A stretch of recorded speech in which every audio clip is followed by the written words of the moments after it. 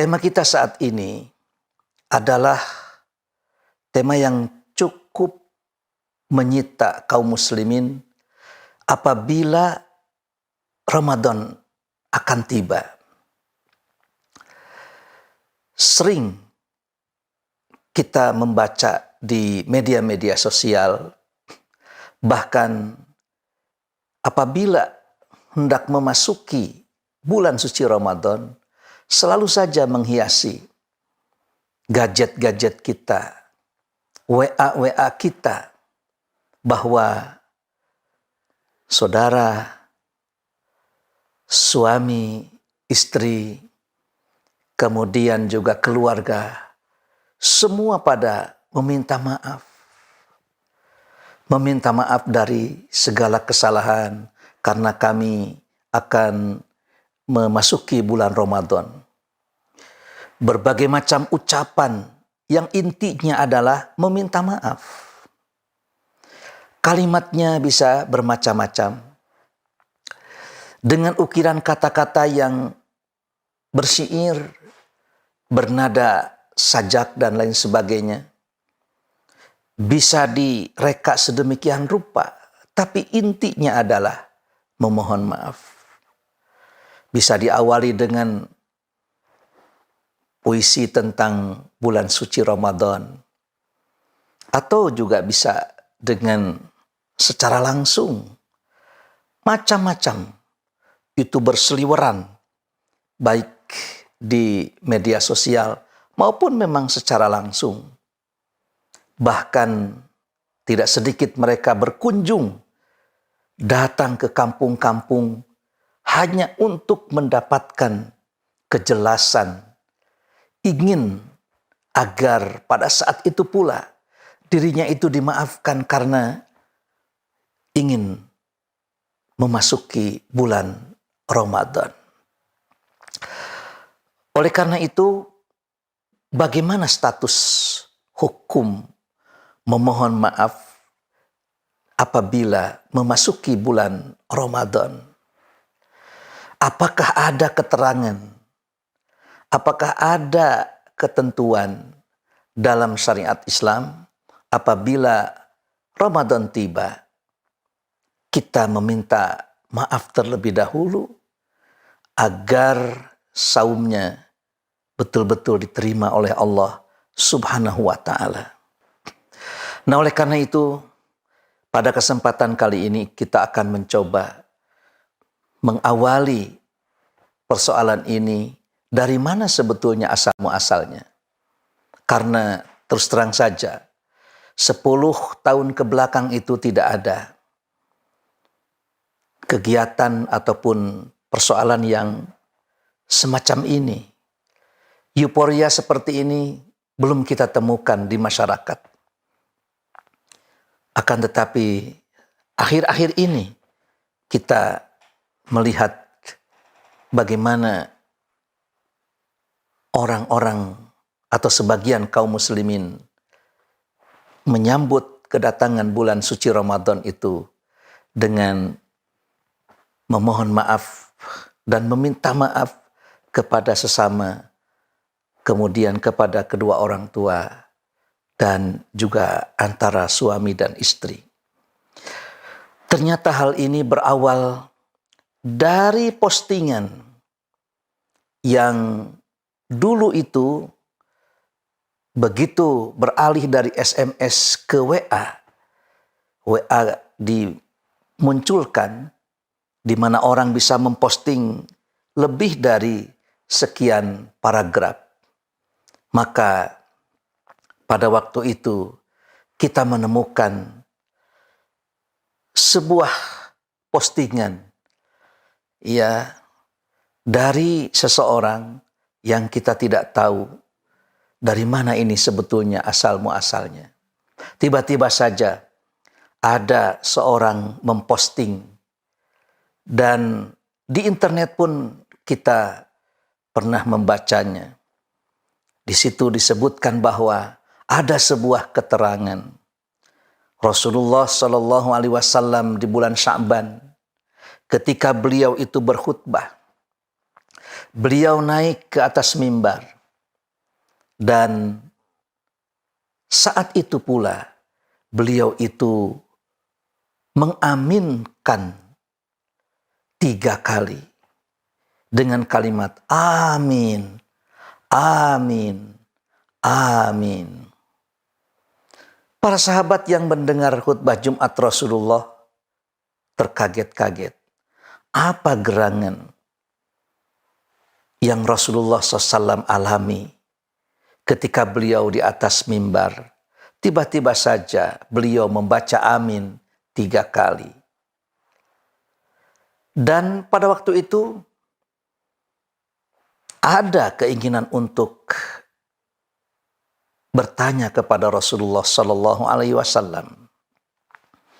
Akan tetapi pada saat itu tidak ada yang menyampaikan, tidak ada yang berani bertanya secara langsung, melainkan setelah selesai salat baru ada sebagian para sahabat yang terkaget-kaget mendengar Rasulullah Sallallahu Alaihi Wasallam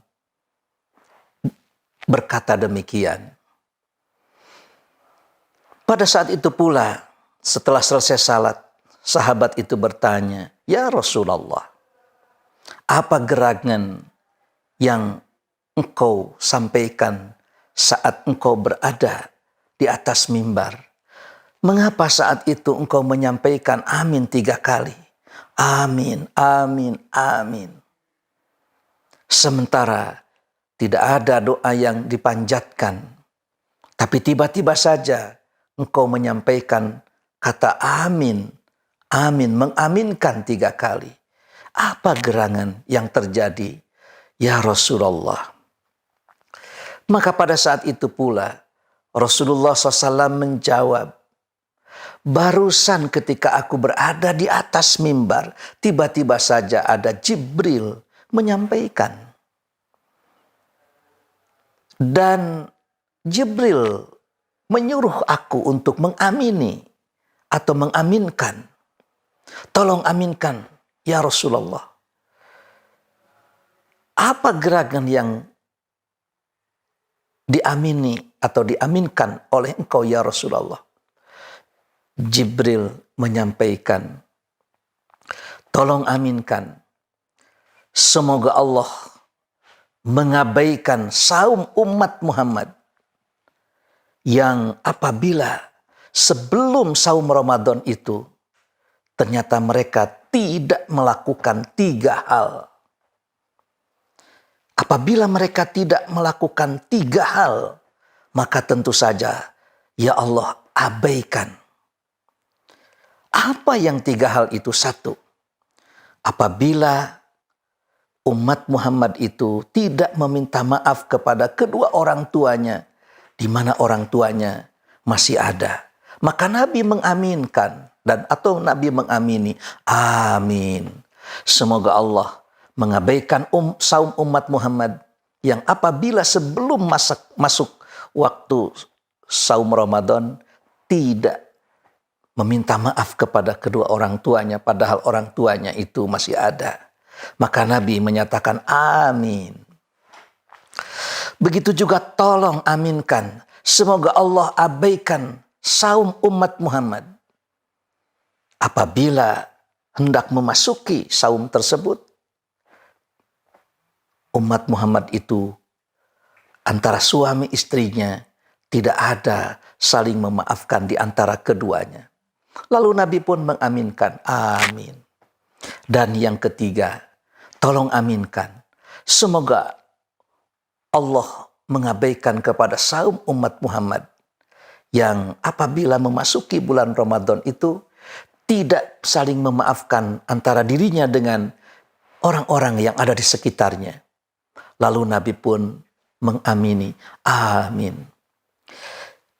Dengan paparan seperti ini, maka tentu saja siapa orangnya yang tidak tertarik? Siapa orang yang tidak meyakini dan mempercayai dengan postingan seperti ini? Akhirnya mereka yang mempercayai keterangan seperti ini, riwayat seperti ini, datanglah kepada kedua orang tuanya untuk meminta maaf kepada mereka. Begitu juga suami istri saling bermaafan sebelum memasuki bulan Ramadan, dan juga orang-orang di sekitar saling meminta maaf antara satu dengan yang lainnya agar Ramadannya tidak diabaikan oleh Allah Subhanahu wa taala. Mereka takut saum Ramadannya itu diabaikan. Mereka khawatir saum Ramadannya tidak sukses. Mereka khawatir saum Ramadannya hampa hanya karena tidak bermaafan dengan istri, hanya karena tidak bermaafan dengan orang tua, hanya karena tidak bermaafan dengan orang-orang yang ada di sekitar.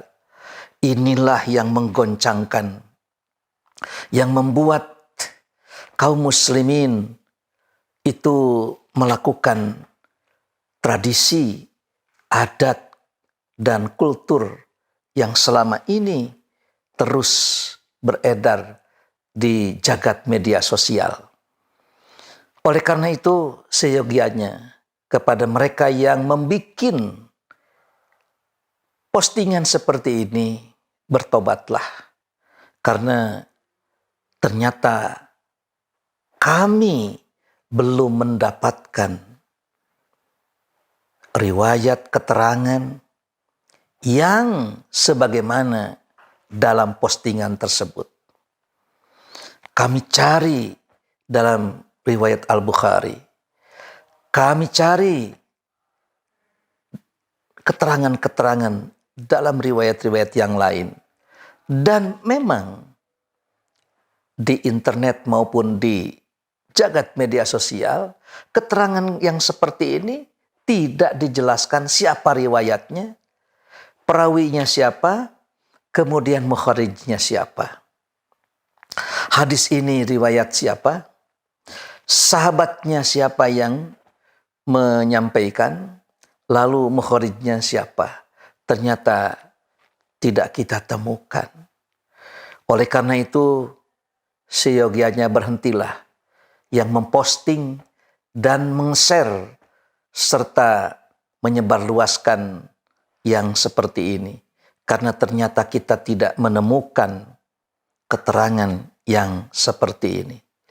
Ada keterangan dari riwayat Al-Bazzar, tapi tidak sebagaimana yang dikemukakan dalam postingan tersebut, sehingga ada 3 kegiatan yang bisa membuat seseorang itu diabaikan saumnya oleh Allah Subhanahu wa taala.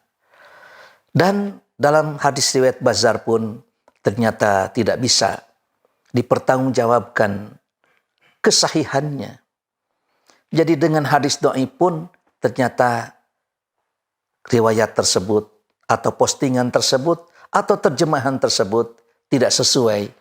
Terlebih-lebih kita tidak ditemukan, kita tidak menemukan dalam keterangan-keterangan yang sahih. Maka dengan demikian kembalilah kepada yang pokok. Ketika seseorang mempunyai kesalahan kepada seorang yang lain, tidak perlu menunggu datangnya bulan Ramadan. Tidak perlu menunggu datangnya Idul Fitri. Tapi secepatnya lah meminta maaf. Sebagaimana Allah berfirman, A'udzubillahi minasyaitonirrajim. Wasari'u ila maghfiratin. Bergegaslah dan berlomba-lombalah untuk mendapatkan ampunan. Kita tahu bahwa kita ini adalah makhluk yang senantiasa berbuat salah, berbuat khilaf, dan berbuat dosa. Ketika seseorang melakukan satu dosa, ketika seseorang melakukan satu noda, secepatnya lah kita meminta maaf. Jangan ditunda-tunda, jangan diperlambat. Karena meminta maaf setelah selesai orang melakukan satu dosa, maka tentu saja lebih cepat itu lebih baik. Oleh karena itu, wasari'u ila maghfiratin, secepatnya lah kita menuju kepada ampunan. Seorang apabila punya kesalahan kepada istrinya, seorang apabila mempunyai kesalahan kepada orang-orang yang di sekitarnya, kepada temannya, kepada kawannya, maka secepat itulah meminta ampunan, meminta maaf. Dengan permohonan maaf yang demikian cepat, itu tentu saja akan membuat kita tenang, membuat orang itu tentram tanpa harus menunggu kedatangan bulan suci Ramadan. Bulan suci Ramadan pun memang bulan ampunan. Sebagaimana keterangan menyatakan, man shoma ramadhana imanan wahtisaban, ghufira lahu ma taqaddama min dzanbi. Sehingga kita pun merasa gembira dengan kehadirannya, dengan kedatangannya. Karena bulan ini pun adalah bulan ampunan. Dengan saumnya, seorang diampuni dosa-dosa yang telah lewat. Begitu juga dengan tarawehnya, man qoma ramadhana imanan wahtisaban, ghufira lahu ma taqaddama min dzanbi. Allah suka kepada orang yang pemaaf. Sebagaimana dalam ayat itu disebutkan, wasari'u ila magfiratin min rabbikum wa jannatin arduhas samawati wal ard uiddat lil muttaqin alladzina yunfiquna fis sarra'i wad dharra wal kadhiminal ghaidha wal 'afina 'anil nas wallahu yuhibbul muhsinin. Allah menyukai kepada orang-orang yang berbuat baik. Allah menyukai kepada orang yang menahan amarah. Allah pun menyukai kepada orang yang senantiasa memaafkan kepada setiap orang yang apabila mereka melakukan kesalahan, kita senantiasa memaafkan. Allah suruh Nabi SAW untuk senantiasa memaafkan kepada khalayak. Khudil afwa wa'mur bil urfi wa'arid anil jahilin. Jadilah engkau pemaaf. Berikanlah ampunan. Berikanlah pemaaf. Berikanlah permaafan. Dan perintahlah untuk berbuat urf. Berbuat baik. Wa'arid anil jahilin. Dan berpalinglah dari orang-orang yang bodoh. Jadi pemaaf itu adalah min makarimil akhlak. Di antara akhlak yang baik. Sehingga meminta maaf kepada orang lain dan memaafkan orang lain, tentu saja itu adalah min makarimil akhlak. Di antara akhlak yang baik dan termasuk kepada husnul khuluq. Akhlak yang bagus yang dicontohkan oleh Rasulullah SAW. Jadi dengan demikian tidak ada satu keterangan pun yang bisa dijadikan sebagai dalil, sebagai keterangan yang bisa dipertanggungjawabkan untuk apabila memasuki bulan suci Ramadan diawali dengan permohonan maaf. Meminta maaf kepada orang tua yang ada di kampung. Kemudian meminta maaf antara suami istri. Meminta maaf antara seorang dengan orang-orang di sekitarnya. Yang pasti apabila kita mempunyai kesalahan, secepatnya kita meminta ampun. Dan apabila orang lain juga berbuat salah kepada kita, seyogyanya kita memaafkannya. Insya Allah kita senantiasa terbuka apabila memang ada keterangan yang bisa dijadikan landasan. Apabila hendak memasuki bulan suci Ramadan, kita bermaaf-maafan antara satu dengan yang lain. Dan keterangan yang berkaitan bahwa Allah akan mengabaikan saum umat Muhammad hanya karena tidak melakukan tiga hal ini, tidak bisa dipertanggungjawabkan secara kehujahan dalilnya dan tidak bisa kita jadikan sebagai hujah yang jadi landasan untuk melakukan satu perbuatan. Demikianlah, mudah-mudahan Allah Subhanahu wa Ta'ala senantiasa melindungi kita semua, baik itu secara batinnya maupun secara jasmania.